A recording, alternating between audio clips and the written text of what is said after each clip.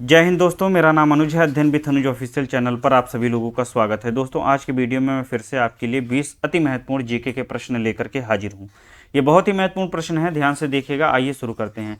पहला प्रश्न है, कौन सी नदी पश्चिम में बहते हुए अरब सागर में प्रवेश करती है? तो दोस्तों, पश्चिम में बहते हुए अरब सागर में प्रवेश करने वाली दो प्रमुख नदियाँ हैं, जिनमें से ताप्ती है एक और एक है नर्मदा। ऑप्शन जो है आपका बी वाला सही होगा, ताप्ती और नर्मदा। कावेरी, गोदावरी, महानदी और कृष्णा कुछ प्रमुख नदियां हैं जो बंगाल की खाड़ी में बहती हैं, बंगाल की खाड़ी में प्रवेश करती हैं, बंगाल की खाड़ी में गिरती हैं। दूसरे प्रश्न पर आते हैं। दूसरा प्रश्न है, निम्नलिखित में से उच्चतम विद्युत चालकता वाला तत्व कौन सा है? किसमें जो है सर्वाधिक विद्युत चालन होता है? तो दोस्तों, ऑप्शन इसमें ए वाला सही होगा, सिल्वर या चांदी। चांदी में सर्वाधिक विद्युत चालकता होती है। एंटोमोलॉजी में किसका अध्ययन किया जाता है? तो एंटोमोलॉजी कीटों का विज्ञान है। कीटों का अध्ययन एंटोमोलॉजी के अंतर्गत किया जाता है। एंटोमोलॉजी दोस्तों ऑर्थोपोडोलॉजी की एक शाखा है।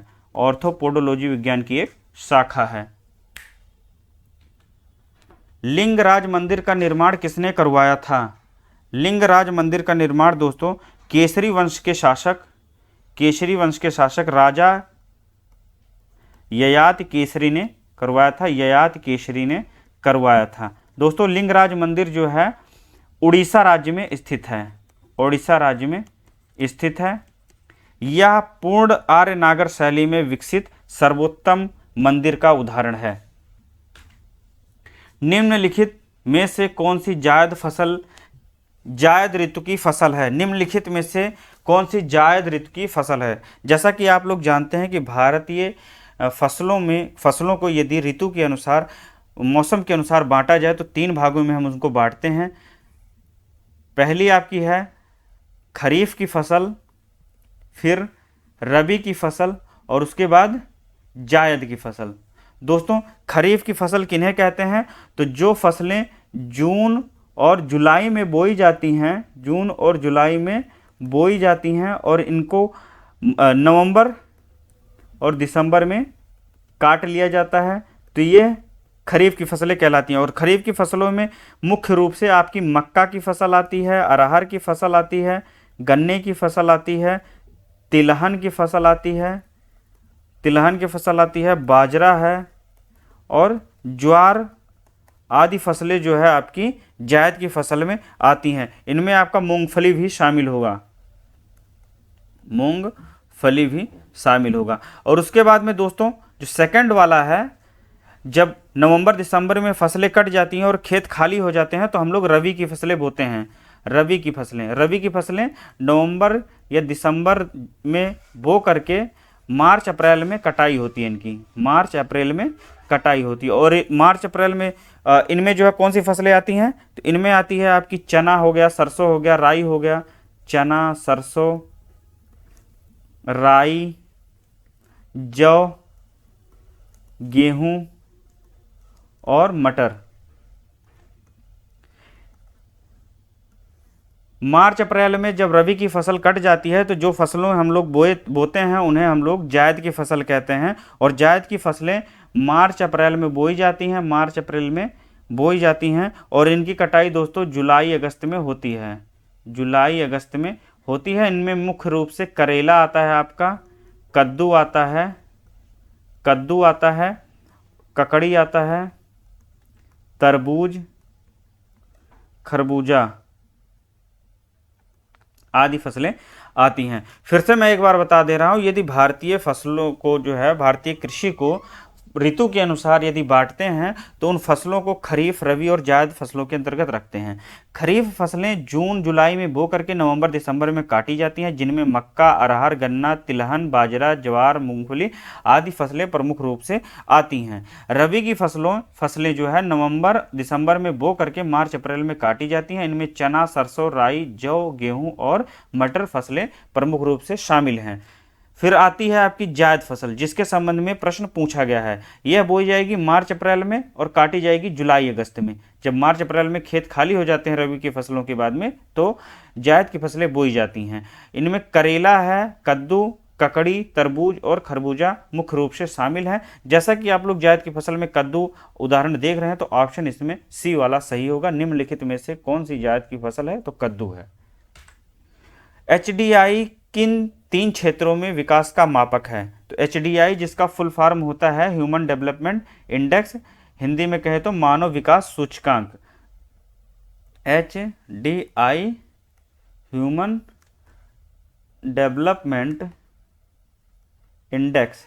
तो दोस्तों यह जो है स्वास्थ्य, शिक्षा और आमदनी का मापन करता है। स्वास्थ्य, शिक्षा और आमदनी का मापन करता है। और जिस क्षेत्रों, यदि जो है स्वास्थ्य, शिक्षा, आय आदि क्षेत्रों में विकास होगा तो किसी देश की समृद्धि संभव हो पाएगी। इन क्षेत्रों में यदि विकास होता है तब किसी देश की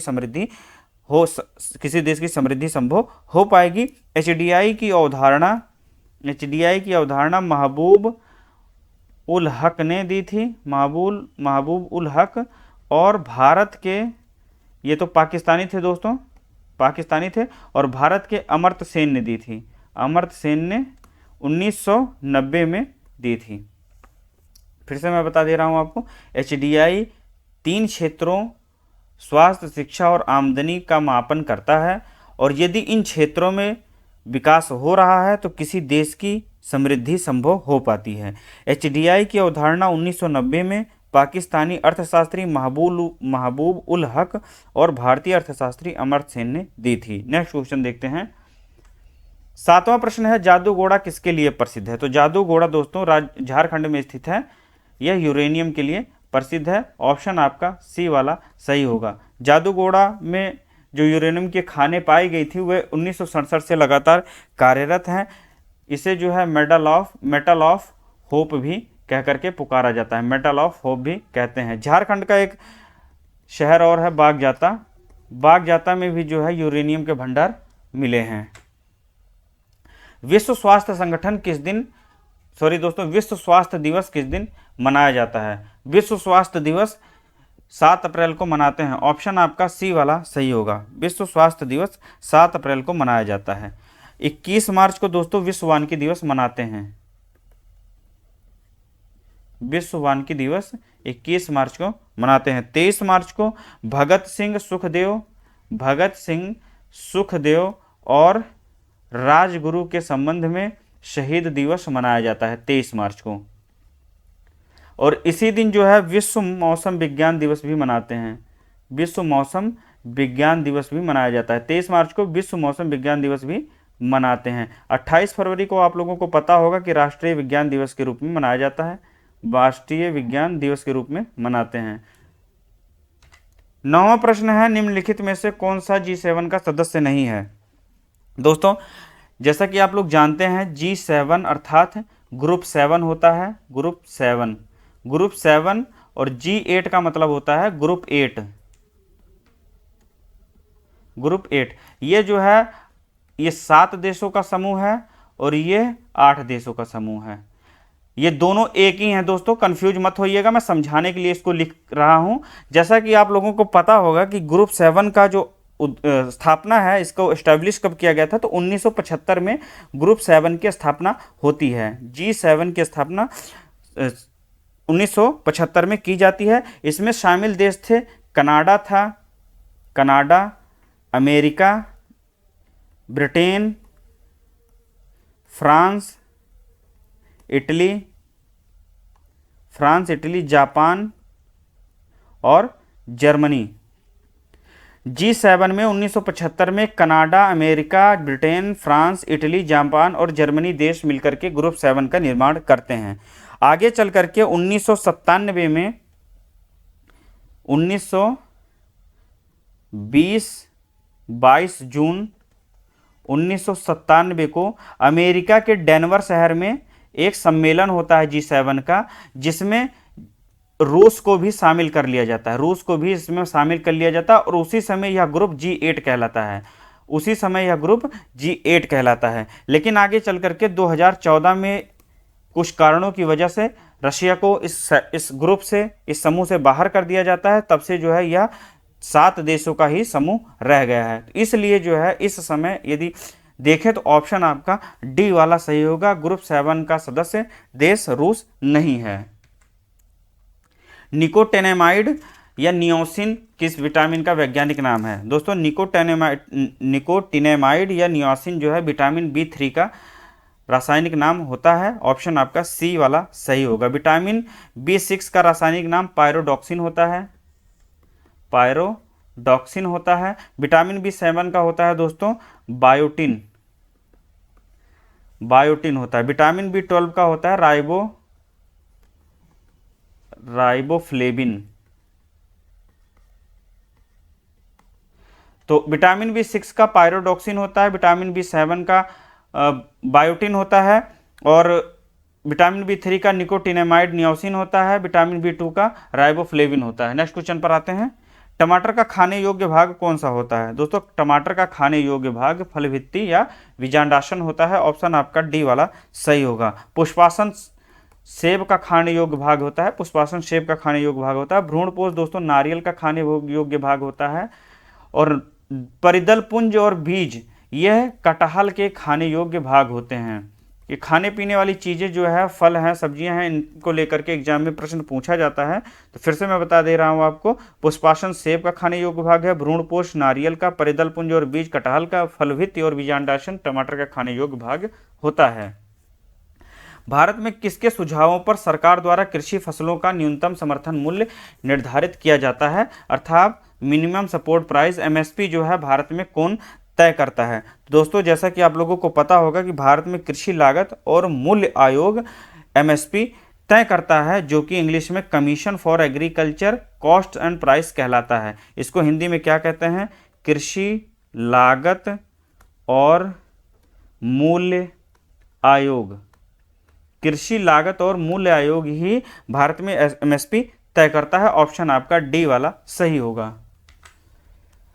बोकारो स्टील प्लांट किस देश की मदद से लगाया गया था? बोकारो स्टील प्लांट दोस्तों 1964 में स्टैब्लिश किया गया था। 1964 में सोवियत रूस की सहायता से, सोवियत संघ या सोवियत रूस की सहायता से स्थापित हुआ था। ऑप्शन आपका बी वाला सही होगा। बोकारो स्टील प्लांट कहाँ स्थित है? तो झारखंड में स्थित है। झारखंड में यह जो है स्टील सिटी के नाम से भी प्रसिद्ध है, स्टील सिटी के नाम से भी प्रसिद्ध है। हमारे देश में शिक्षा का अधिकार किस प्रकार का अधिकार है? 86वां या 86वां संविधान संशोधन, कॉन्स्टिट्यूशन अमेंडमेंट एक्ट आया था। संविधान संशोधन, जब 86वां संविधान संशोधन हुआ था तो उसमें भारतीय संविधान के अनुच्छेद 21 के तहत का उपबंध में राज्य को यह निर्देश दिया गया कि वह अपने 6 से 14 वर्ष के बच्चों को निःशुल्क शिक्षा, निःशुल्क और अनिवार्य शिक्षा प्रदान करेगा, अनिवार्य शिक्षा प्रदान करेगा, और यह एक तरह का मौलिक अधिकार बन गया। ऑप्शन आपका डी वाला सही होगा। 86वें संविधान संशोधन के अंतर्गत अनुच्छेद 21 का में यह वर्णन किया गया है कि राज्य 6 से 14 वर्ष के बच्चों को निःशुल्क और अनिवार्य शिक्षा प्रदान करेगा। ऑप्शन आपका डी वाला सही है। चांदी का सिक्का टका किसने चलाया था? दोस्तों चांदी का सिक्का टका या कहीं कहीं जो है टंका लिखा होता है, आप लोग इससे कंफ्यूज मत होइएगा। इल्तुतमिश द्वारा चलाया गया था, गुलाम वंश का शासक था। इसने चांदी के सिक्के टक्के को चलाया था, और इसके अतिरिक्त पीतल के सिक्कों को, सॉरी दोस्तों तांबे का सिक्का था, तांबा का सिक्का था, उसे यह जीतल कहता था, जीतल। इसने जो है जो तांबे के सिक्के चलाए वो जीतल कहलाए, और इल्तुतमिश ने जो चांदी के सिक्के चलाए थे वह टंका या टका कहलाया था। यह पहला तुर्क सुल्तान था जिसने शुद्ध अरबी के सिक्कों का चालन किया था, और सिक्कों पर टकसाल के नाम भी अंकित किया करता था। एग्जाम में पूछेगा तो आप लोग याद रखिएगा। भारतीय संविधान के किस भाग में केंद्र राज्य संबंधों का उल्लेख किया गया है? दोस्तों केंद्र राज्य संबंधों का उल्लेख भाग 11 के अनुच्छेद 245 से 255 के मध्य वर्णित है। ऑप्शन आपका बी वाला सही होगा। भाग 11 के अनुच्छेद 245 से 255 के मध्य केंद्र राज्य संबंधों का उल्लेख वर्णित है। ऑप्शन आपका बी वाला सही है। यदि केंद्र राज्य संबंधों में प्रशासनिक संबंधों के बारे में पूछता है तो यह भाग 11 के 256 से लेकर के 263 के मध्य वर्णित है। इसको मैं फिर से आपको समझा दे रहा हूं, दो तरह के प्रश्न पूछे जा सकते हैं। भारतीय संविधान में भाग 11 में केंद्र राज्य संबंधों का उल्लेख अनुच्छेद 245 से 55 के मध्य वर्णित है, और यदि जो है केंद्र राज्य के मध्य प्रशासनिक संबंधों के बारे में पूछता है तो भाग 11 के अनुच्छेद 256 से 63 के मध्य उसका वर्णन किया गया है। प्लास्टिक बोतलों या बाल्टी किससे बनी होती है? तो प्लास्टिक बोतलें या बाल्टी जो है पॉलीइथिलीन टेरेफेथलेट और पॉलीविनाइल क्लोराइड दोनों से मिलकर के बनी होती है, इसलिए जो है ऑप्शन बी सी वाला सही होगा। ब्रह्म समाज की स्थापना किसने की थी? दोस्तों ब्रह्म समाज की स्थापना राजा राम मोहन राय ने 1828 ईस्वी में की थी। मैंने आपको बताया था ये भारतीय पुनर्जागरण के पिता भी कहलाए थे, 1828 में। ऑप्शन आपका डी वाला सही होगा। शांति निकेतन की स्थापना किसके द्वारा की गई थी? शांति निकेतन की स्थापना दोस्तों 1901 में रविंद्रनाथ टैगोर द्वारा की गई थी। ये जो है 1918 में जाकर के विश्व भारती यूनिवर्सिटी के नाम से जाना गया, विश्व भारती विश्वविद्यालय के नाम से विश्वविद्यालय में परिवर्तित हो गया था। नेक्स्ट क्वेश्चन पर आते हैं दोस्तों। रविन्द्रनाथ टैगोर के बारे में जो है एक क्वेश्चन और पूछा जाता है। 1913 में इन्हें जो है गीतांजलि कृति के लिए नोबेल पुरस्कार से भी नवाजा गया था। पहले भारतीय थे जिन्हें साहित्य का नोबेल पुरस्कार प्रदान किया गया था। नेक्स्ट क्वेश्चन पर आते हैं। जैन तीर्थंकरों के क्रम में अंतिम स्थान पर कौन आता है? यदि जैन तीर्थंकरों की बात करें तो अंतिम या 24वें नंबर पर महावीर स्वामी आते हैं, 24वें और अंतिम। इन्हें जो है जैन धर्म का वास्तविक संस्थापक माना जाता है।